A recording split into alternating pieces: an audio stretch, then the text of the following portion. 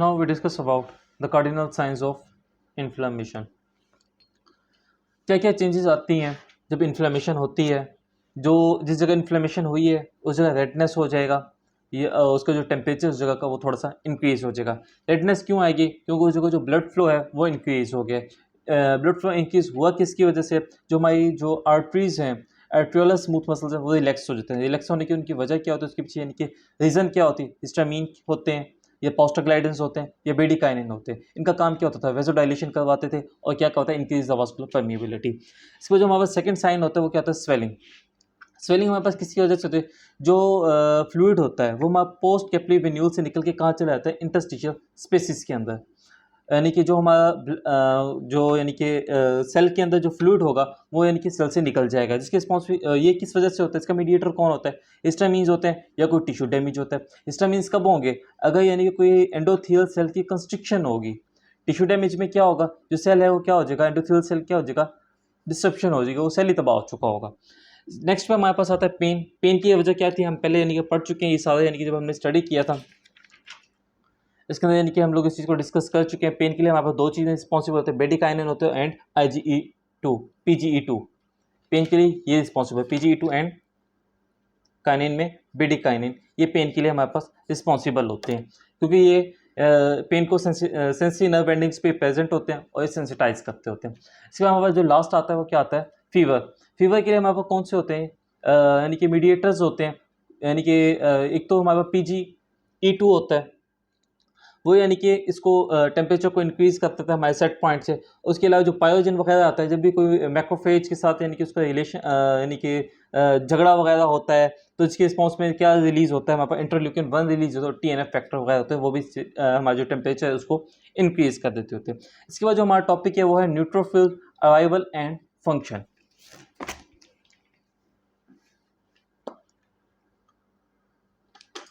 सबसे पहले अगर हम बात करें न्यूट्रोफिल अराइवल एंड फंक्शन की, तो ये स्टेप वाइज प्रोसेस है। स्टेप 1 में हमारे पास कहते हैं मार्जिनेशन।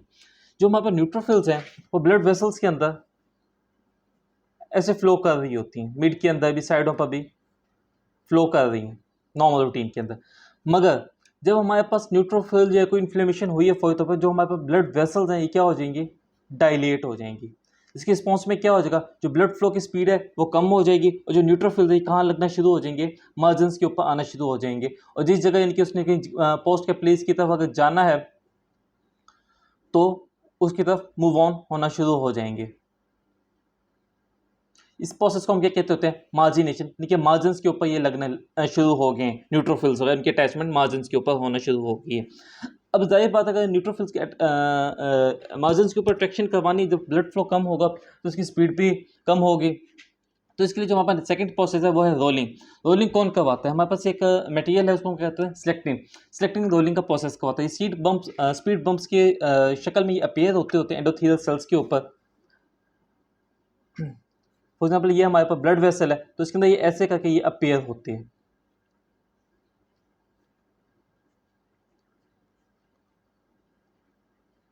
इसके साथ यानी कि जो न्यूट्रोफिल है वो आके अटैच होता है, उसके साथ साथ वो रोल होके आगे जाना शुरू होता है। जिस जगह को उसने जाना होता है फिर वहां पे मूव ऑन कर जाता है। अब जाहिर सी बात है हमारे पास दो टाइप के सिलेक्टिन होते हैं, पी सिलेक्टिन होता है और ई सिलेक्टिन होता है। पी सिलेक्टिन हमारे पास रिलीज कैसे होता है? वो हमारे वेबल पेडल यानी कि बॉडीज होती हैं, वो कहाँ से उसको मीडिएट कौन करता है? उसको हिस्टामीन मीडिएट कर रहा होता है, मीडिएटेड बाय हिस्टामीन। सेकंड पे हमारे पास ई सिलेक्टिन। ई सिलेक्टिन को कौन करता है? हमारे पास TNF फैक्टर, इंटरल्यूकिन 1 फैक्टर होते हैं, ये इसको रिलीज करवाते हैं, इसको इंड्यूस करवाते होते हैं, फिर यानी कि अपना प्रोसेस ऐसे फंक्शन परफॉर्म कर पाता है।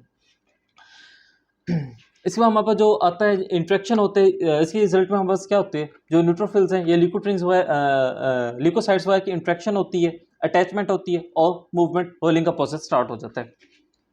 तो हमारे पास थर्ड स्टेप में क्या आते हैं? एडेजन। अब जाहिर सी बात है अगर यानी कि रोलिंग करवा रहा है तो यानी कि पी सिलेक्टिन के पीछे अटैच होकर रोलिंग तो शुरू हो गई, हो सकता है पी अलग भी हो जाए, इधर भी चले जाएं या इधर भी आ जाए। दोबारा सेंटर में अगर स्पीड बढ़ती है यानी कि वेजो कंस्ट्रिक्शन होती है तो दोबारा अपनी नॉर्मल पोजीशन में आके इस जगह को छोड़ के चलने लग जाए। तो जाहिर सी बात है हमें यहाँ पे कोई एडिजन चाहिए, कोई ना ऐसा मटेरियल चाहिए जिनको पकड़ के रखे। तो हमारे पास दो टाइप के मटेरियल होते हैं, एक होता है हमारे पास कैम्प और होता है इंट्रैगिंग। कैम्प का मतलब क्या होता है? सेलुलर एडिजन मॉलिक्यूल कैम्प। और दूसरा हमारे पास इंटेग्रिन होता है। कैम को दो टाइप्स के कैम होते हैं हमारे पास, ICAM and VCAM. ये रिलीज कैसे होते हैं, इनको रेगुलेट कौन कहता है हमारे पास, जिस तरह के ई सिलेक्टिन को जो रेगुलेट करता है वही इसको कहता है, TNF factor, tumour necrotic factor और इंटरल्यूकिन 1 वगैरह, ये इसको रेगुलेट करवाते होते हैं। फिर हमारे पास इंटेग्रिन्स आते हैं। इंटेग्रिन्स क्या करते होते हैं, इनको कौन इंड्यूस करवाता है, ये कैसे इंड्यूस होते हैं, ये C5A और LTB4 मिलकर ये दोनों मिलकर क्या करते हैं, इंटेग्रिन को प्रोड्यूस करते हैं, उसको रेगुलेशन इसकी करवाते होते हैं।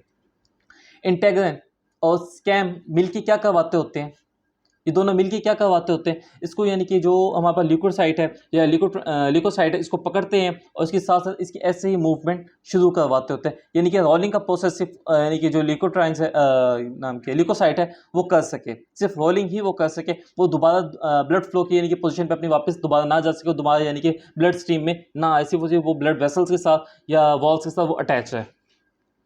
अगर हमारे पास इंटेग्रिन की डिफेक्ट हो जाती है, इंटेग्रिन डिफेक्ट होती किस वजह से, CD18 जो सब यूनिट है ये हमारा डिफेक्ट हो जाता होता है, ये हमारे पास प्रेजेंट का मैक्रोफेज वगैरह के ऊपर प्रेजेंट होते हैं, तो जिसकी वजह से जो ल्यूकोसाइट है उसकी एडेशन नहीं हो पाती। जब उसकी एडेशन नहीं हो पाएगी तो उसके रिस्पॉन्स में हमारे पास क्या हो जाएगा, जो अम्बिलिकल कॉर्ड की जब बच्चा पैदा हो जिसके अम्बिलिकल कॉर्ड की जो सेपरेशन होती है बॉडी से वो भी डिले हो जाएगी, जो न्यूट्रोफिल्स की ब्लड के अंदर सर्कुलेशन है वो इंक्रीज हो जाएगी, और उसके अलावा जो पस फॉर्मेशन है बैक्टीरियल इन्फेक्शन वो भी इंक्रीज हो जाता है। ये एक ऑटोसोमल रिसेसिव डिजीज है, इसका यानी कि कम हो जाना, एब्सेंस इसकी क्या है, ऑटोसोमल रिसेसिव डिजीज है। इसके बाद हमारे पास जो फोर्थ स्टेप होता है वो आता है ट्रांसमाइग्रेशन एंड कीमोटैक्सिस। अब जाहिर सी बात है एडिशन भी पहले मार्जिनेशन भी होगी है, सेकंड प्रोसेस पे हमारे पास क्या आ गया, रोलिंग आ गया, रोलिंग के बाद हमारे पास क्या आता है एडिशन भी होगी है, और उसके बाद जाहिर सी बात है जब यानी कि चीज़ें मूव ऑन करनी है, जानी उसने किस जगह पे है, उसका यानी कि पोजीशन क्या है, उसका मकाम कहाँ है जहाँ तक उसने पहुँचना है, अब उस प्रोसेस करते हैं, उसको हम क्या कहते हैं ट्रांसमाइग्रेशन एंड कीमोटैक्सिस। अब जाहिर सी बात है अगर मेरे पास यहाँ पे स्वेलिंग हुई है इस जगह, जाहिर सी बात है जो ये न्यूट्रोफिल है ये ऐसे साथ साथ एडिशन भी इसकी होगी और रोलिंग होती होती होती होती वो साइड पर आके मूव होना शुरू हो जाएगा और वो अपनी पोजिशन पर पहुँच जाएगा। यहाँ पे कोई ना कोई चीज़ तो ऐसी होगी जो इसको रिस्पॉन्स कर रही है, तो वो हमारे पास क्या होते हैं, जो भी यानी कि केमिकल सिग्नल जाते हैं उसको हम क्या कहते हैं कीमोटैक्सिस। ये केमिकल अट्रैक्टेंट्स जो जाएंगे उसको हम क्या, उस प्रोसेस को हम क्या कहते होते हैं कीमोटैक्सिस। यानी कीमोटैक्सिस नाम क्या इसका, कीमोटैक्सिस की प्रोसेस की वजह से जो केमिकल अट्रैक्टेंट्स है उसी की वजह से यानी कि जो लिकोट्रीन्स है ये पोस्ट कैपिलरी वेन्यूल से होते हुए अपनी पोजीशन के ऊपर पहुंच जाएंगे जहाँ पे उसने अपना असर करना होता है। अब जाहिर सी बात है न्यूट्रोफिल्स को अट्रैक्ट कौन करेगा और उसको एक्टिवेट कौन करेगा, तो हमारे पास कौन से फैक्टर्स होते हैं, ये पहले यानी कि सारी चीज़ें हम एक दफ़ा डिस्कस कर चुके हैं इसके अंदर पिछला टॉपिक के अंदर, मीडिएटर्स ऑफ एक्यूट इन्फ्लेमेशन के अंदर कौन से फैक्टर आएंगे हमारे पास, इंटरल्यूकिन 8 आ जाएगा, C5A आ जाएगा एंड LTB4, ये तीनों मिलते हैं तो ये ट्रांसमाइग्रेशन को प्रोसेस करवाते हैं, फिर कीमोटैक्सिस करवाते होते हैं। ये जितने भी स्टेप्स हैं ये आपको एज इट इज़ याद रखने हैं और यही हमारे पास वाइवे में भी आते हैं और यही हमारे पास SCQs वगैरह में भी पूछे जाते हैं और MCQs के फॉर्म में भी आते होते हैं। इसके बाद हमारे पास जो नेक्स्ट स्टेप आता है वो आता है हमारे पास फेगोसाइटोसिस। अब जाहिर सी बात है हमारा जो न्यूट्रोफिल्स है ये जो हमारा डिजायर्ड मटेरियल है वो तो अपनी जगह पे पहुंच गया है। अब जाहिर बात है जो भी हमारे पास फॉरेन बॉडी है या कोई भी पैथोजन वगैरह तो उसको डिस्ट्रॉय भी तो करना है, तो जो हमारे पास पैथोजन की कंजप्शन होती है जो उसकी नेक्रोसिस होती है उसकी फेगोसाइटोसिस को इन्हांस कैसे किया जाएगा, उसकी ऑप्सनाइजेशन कब आई जाएगी, ऑप्सनाइजेशन कब आई जाएगी, ऑप्सनाइजेशन करेगा कौन, दो होते हैं हमारे पास, एक तो IgG होता है और दूसरा C3 भी होता है। ये दोनों ऑप्शनाइजेशन कब आते हैं, जिसके रिस्पॉन्स में यानी कि जो मटेरियल है जिसको खाना है वो डिलीशियस बनता होता है और जो हमारा जिसने जाके खाना है जिस चीज़ ने जिस फेगोसाइटोस नाम की इसका फेगोलाइसोसोम्स वगैरह वो उसको अट्रैक्ट करेंगे, उसको ख़त्म कर देंगे, डिस्ट्रॉय कर देंगे। जो हमारे लिकोसाइट्स होते हैं इनके यानी कि सूडोपोड्स अपेयर होते हैं। फॉर एग्जाम्पल हमारा लिकोसाइट है इनके यानी कि ऐसे समझ लो सूडोपोड्स या हाथ अपेयर होना शुरू हो जाएंगे, हाथ नुमा, वो क्या करते होते हैं वो लाइसोसोम के साथ अटैच होते हैं, उसको अपने अंदर मर्ज कर लेते होते हैं, उसका मर्ज हो जाता है और फिर क्या बना लेते होते हैं लाइसोसोम्स। और जो इसका अपीयरेंस आई है, स्यूडो अपीयरेंस आई हुई है, अपेंडिजेस जो इसकी ये निकली हुई हैं, इसको हम क्या कहते हैं,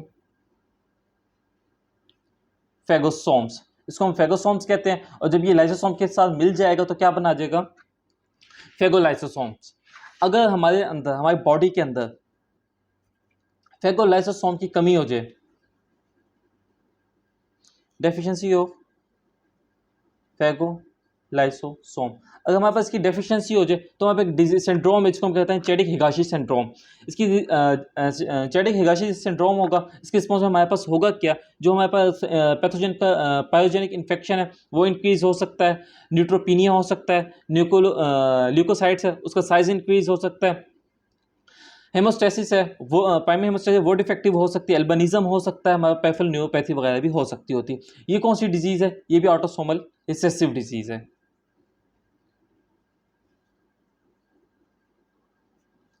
ऑटोसोमल रिसेसिव डिजीज़ है हमारे पास। इसके अलावा जो नेक्स्ट टाइप है, डिस्ट्रक्शन ऑफ द फेगोसाइटोस्ड मटेरियल। अब जाहिर बात है जो सामान तो जो यानी कि फेगोसाइटोस कर दिया, हमने तोड़ फोड़ सारी कर ली है, जो यानी कि हमें पोज बनाने, जो डिस्ट्रक्शंस करनी थी, जो भी हमारा फॉर्म बॉडी उसको हमें तोड़ फोड़ दिया, जो उसके कंपोनेंट्स रह गए उसको ख़त्म कैसे किया जाए, अब हम उसको डिस्कस करते हैं। Destruction of phagocytosed material. Destruction of phagocytosed material है, ये दो तरह की होती हैं, टू वेज में होती हैं, या तो ऑक्सीजन डिपेंडेंट होती हैं, या भी हमारे पास क्या होता है ऑक्सीजन इंडिपेंडेंट होती हैं। जो हमारा ऑक्सीजन डिपेंडेंट है ये मोर इफेक्टिव है, ये लेस इफेक्टिव है, ये मोर इफेक्टिव और ये क्या है, लेस इफेक्टिव है।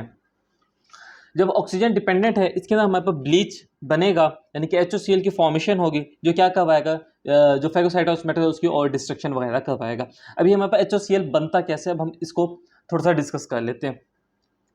जो हमारे पास ऑक्सीजन है वो पहले किस में कन्वर्ट होगा, O2 रेडिकल में।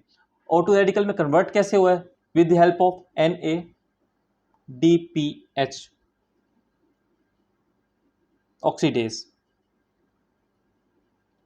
इसको हम क्या कहते होते हैं, यानी कि O2 किस में कन्वर्ट हो गया, O2 रेडिकल के अंदर, किसकी वजह से, NADPH ऑक्सीडेज की वजह से। फिर O2 रेडिकल किसके साथ इसने बाइंड किया, हाइड्रोजन के साथ बाइंड किया, H2O2 बना लिए।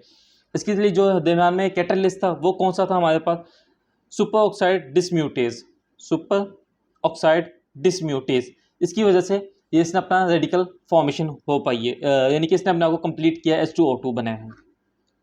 फिर H2O2 किस में कन्वर्ट हो जाता है, HOCl के अंदर। जब भी क्लोरीन वगैरह से इसका यानी कि रिएक्शन वगैरह होता है तो ये जिसके दरमियान में हमारा कैटालिस्ट आता है वो कौन सा आता है, माइलो पर ऑक्सीडेज, माइलो पर ऑक्सीडेज। इसकी वजह से ये HOCl में कन्वर्ट होता है। अगर इसके अंदर हमारे पास किसी एक चीज़ की भी डिफेक्ट आ जाए, यानी कि हमारे पास NADPH में कोई कमी है, ये प्रोसेस नहीं हो पा रहा, तो हमारे पास अगला प्रोसेस नहीं हो पाएगा। या हमारे पास MPO की कोई मसला है, यानी कि HOCl फॉर्मेशन नहीं हो पा रही, तो भी डिजीज़ होगी, जिसके रिस्पॉन्स में हमारे पास क्या हो जाएगा, जो इन्फेक्शन के चांसेस हैं वो इंक्रीज़ हो जाते होते हैं। तो इसको हम पता कैसे लगाते हैं, अगर हमारे पास O2 फ्री रेडिकल्स की फॉर्म में नहीं जा रहा, यानी कि NADPH अपना प्रॉपर वर्क नहीं कर रहा, तो इसके लिए हम एक टेस्ट करते होते हैं, जिसको हम क्या कहते हैं, नाइट्रोब्लू टेट्राजोलम टेस्ट होता है। इसके ज़रिए हम पता लगाते हैं अगर यानी कि रिएक्शन होता है, यानी कि हम रिएक्शन टेक प्लेस करेंगे जिसके अंदर हम ल्यूकोसाइड को इंट्यूबेट करेंगे, किसके साथ करेंगे, NBT नाइट्रोजोलम नाइट्रोब्लू टेट्राजोलम के साथ हम उसको इंट्यूबेट करेंगे। अगर NADPH की ऑक्सीडेशन होती है तो जो कलर होता है इसका कंपाउंड का वो ब्लू कलर अपीयरेंस देता है। अगर यानी कि ब्लू कलर अपीयरेंस आ गया तो मतलब यानी कि हमारे पास ऑक्सीडेज वर्क कर रहा है, NADPH ऑक्सीडेज यानी कि प्रॉपर्ली नॉर्मल है। और अगर हमारे पास कलर अपीयर नहीं होता, नाइट्रोब्लू टेट्राजोलम, अगर इसका ब्लू कलर अपीयर हो गया है तो मतलब ये हमारे पास ऑक्सीडेशन ये क्या है, नॉर्मल है। मगर अगर अपीयर नहीं हुआ तो मतलब इसमें कोई डिफेक्ट है। अगर इसमें कोई डिफेक्ट है तो इसका हमें नुकसान क्या क्या होगा, तो हमारे पास जो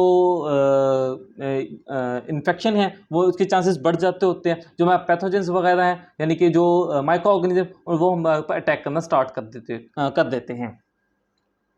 वो कौन से बैक्टीरिया हैं जो यानी कि ज़्यादातर ये हमारे पास इसके अंदर यानी कि इन्फेक्शन काज होता है, स्टेफाइलोकोकस ऑडियस हो गया, स्यूडोमोनास सीडोमोनास वगैरह हो गए हैं या एस्परजिलस वगैरह, ये सारे हमारे अंदर डिसीजेज या इन्फेक्शन प्रोड्यूस करते होते हैं। इसके बाद जो हमारे पास था एमपीओ डेफिशिएंसी। एमपीओ डेफिशिएंसी में हमारे पास अगर हो जाते तो जो H2O2 है ये HOCl में कन्वर्ट नहीं होगा, जिसके फायदे में यानी कि जो रिस्क है हमारे पास कैनिडिया इन्फेक्शन है उसका रिस्क हमारे पास बढ़ जाता होता है। मगर इस रिएक्शन के अंदर जो NBT है हमारा नाइट्रो ब्लू टेट्राजोलम, ये रिएक्शन हमारे पास नॉर्मल है, क्योंकि हमारे पास मसला इस जगह पे तो है ही नहीं, बल्कि हमारा मसला किस जगह है, इस पॉइंट के ऊपर है। ये हमारा फंक्शन प्रॉपरली यानी कि नेगेटिव आएगा ये टेस्ट, और ये हमारा पॉजिटिव आएगा। इसके बाद हमारे जो नेक्स्ट पॉइंट था वो ऑक्सीजन इंडिपेंडेंट किलिंग था। ऑक्सीजन इंडिपेंडेंट किलिंग होती कैसे, इसके बाद ऑक्सीजन का यूज़ नहीं किया जाता। इसके बाद हमारे पास लाइसोसोम्स होते हैं, ये यूसिनोफिल्स वगैरह होते हैं, वो यानी कि डिस्ट्रॉय करेंगे। और हमारे पास जो लास्ट स्टेप आया वो हमारे पास क्या आ गया, रेजोल्यूशन। रेजोल्यूशन में हमारे पास क्या होता है, जो हमारे पास न्यूट्रोफिल्स है उन्होंने अपना काम परफॉर्म किया है, उन्होंने सारा का सारा यानी कि ऑप्शनाइजेशन वगैरह की है, या सारा यानी कि माइग्रेशन हुई है, रोलिंग हुई है, एडिशन हुई है, उसके अलावा फेगोसाइटोसिस वगैरह, ये सारा जो प्रोसेस था यानी कि न्यूट्रोफिल्स का अपना काम अब एंड हो गया।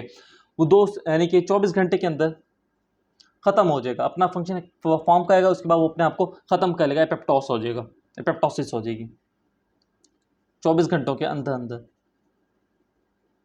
ये जो हमारा सारा टॉपिक था नाम क्या इसका, न्यूट्रोफिल अराइवल एंड फंक्शन, वो भी हमारा कंप्लीट हो गया। इसके बाद हमारे पास एक पॉइंट रह गया कॉनिक एक्यूट इन्फ्लेमेशन के अंदर मैक्रोफेजेस। मैक्रोफेजेस क्या करते होते हैं, जो हमारे पास न्यूट्रोफिल्स थे उनकी लाइफ बड़ी कम होती है, कितनी थी, 24 घंटे थी, मगर जो हमारे पास मैक्रोफेजेस है इसकी पीक टाइम कितना कब तक होता है, 2 से 3 दिन तक। और इसका यानी कि क्या होता है, ये ड्राइव कहाँ से होता है, मोनोसाइट से होता है। मोनोसाइट किस में चेंज होते हैं, मैक्रोफेजेस के अंदर कन्वर्ट होते हैं। सेम ऐसे जैसा न्यूट्रोफिल का प्रोसेस था, सेम ऐसे ही होगा। क्या होगा, मार्जिनेशन होगी, रोलिंग होगी, एडिशन होगी, ट्रांसमाइग्रेशन वगैरह होगी, और फिर वैसे ही बाकी प्रोसेस वगैरह हो जाएगा। जो हमारे पास न्यूट्रोफिल्स में काम था, ये दोनों काम करता था, ऑक्सीजन डिपेंडेंट भी था, ऑक्सीजन इंडिपेंडेंट भी था। मगर जो मैक्रोफेज है ये सिर्फ और सिर्फ ऑक्सीजन इंडिपेंडेंट है, O2 इंडिपेंडेंट,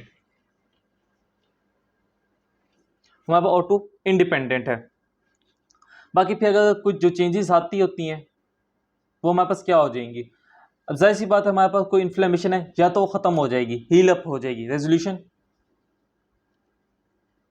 एंड हीलिंग। जब रेजोल्यूशन हीलिंग का प्रोसेस है तो हमारे पास एंटी इन्फ्लेमेटरी साइटोकाइंस होते हैं, साइटोकाइंस वो इंक्रीज हो जाएंगे। अगर हमारे पास ऐसा नहीं हुआ, जो हमारे पास एक्यूट इन्फ्लेमेशन है वो अभी कंटिन्यू है, तो उसके रिस्पॉन्स में हमारे पास क्या हो जाएगा, इंटरल्यूकिन 8, ये असल में काम किसके साथ किसके लिए कर रहा था, न्यूट्रोफिल्स के लिए। जो हमारा इंटरल्यूकिन 8 है ये क्या करेगा, जो मैक्रोफेज को वो एडिशनली वर्क करवाएगा उससे, यानी कि इसको रिक्रूट क्या कर देगा, एडिशनल न्यूट्रोफिल्स के तौर पे उसको अपॉइंट कर देगा, और वो उससे उसका न्यूट्रोफिल्स वाला काम लेना स्टार्ट कर देगा। अगर इन केस एब्सेस फॉर्मेशन होगी, एब्सेस फॉर्मेशन के अंदर हमारे पास क्या हो जाएगा, यानी कि जो जिस जगह इन्फ्लेमेशन उसकी साइडों पे क्या चीज़ अपीयर हो जाएगी, फिब्रोसिस हो जाएगी, उसकी साइडों पे क्या हो जाएगी, फिब्रोसिस अपीयर हो जाएगी। और लास्ट पॉइंट हमारे पास क्या है, क्रॉनिक इन्फ्लेमेशन।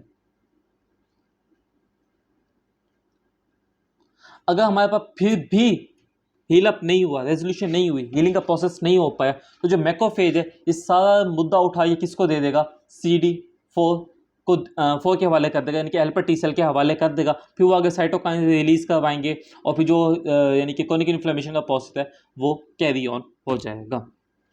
ये अब हमारा एक्यूट इन्फ्लेमेशन का टॉपिक सारा एंड हो चुका है।